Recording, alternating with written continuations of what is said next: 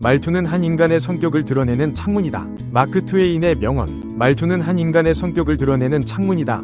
는 우리가 사용하는 말투가 우리의 성격과 본질을 반영한다는 점을 강조합니다. 이 명언은 단순히 말의 내용뿐만 아니라 말하는 방식이 우리의 내면을 어떻게 드러내는지를 상기시켜줍니다. 말투는 우리의 감정을 표현합니다. 우리가 사용하는 말투는 우리의 감정을 상대방에게 전달하는 중요한 수단입니다. 예를 들어 부드럽고 따뜻한 말투는 친절함과 배려를 전달하며 이는 긍정적인 감정을 불러일으킵니다. 반면 차갑고 무뚝뚝한 말투는 무관심이나 적대감을 전달할 수 있으며 이는 부정적인 감정을 유발할 수 있습니다. 따라서 우리는 항상 우리의 말투가 상대방에게 어떤 감정을 전달하는지 신중하게 고려해야 합니다. 말투는 우리의 성격을 반영합니다. 우리의 말투는 우리가 어떤 사람인지를 보여주는 중요한 단서입니다. 예를 들어 정중하고 예의 바른 말투는 우리가 상대방을 존중하고 배려하는 사람임을 나타냅니다. 반면 무례하고 공격적인 말투는 우리가 상대방을 존중하지 않거나 적대적인 성향을 가질 수 있음을 나타냅니다. 따라서 우리는 항상 우리의 말투가 우리의 성격을 어떻게 반영하는지 주의해야 합니다.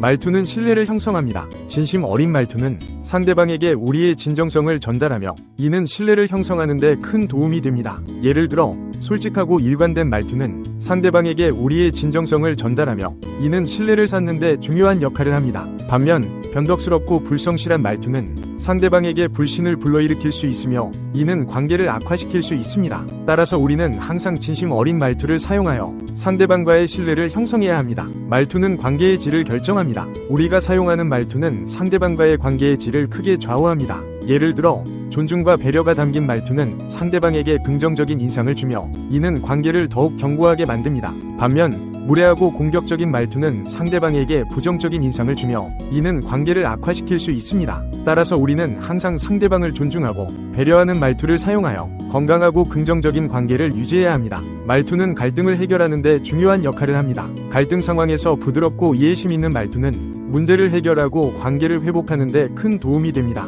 예를 들어 미안해요. 제가 잘못했어요.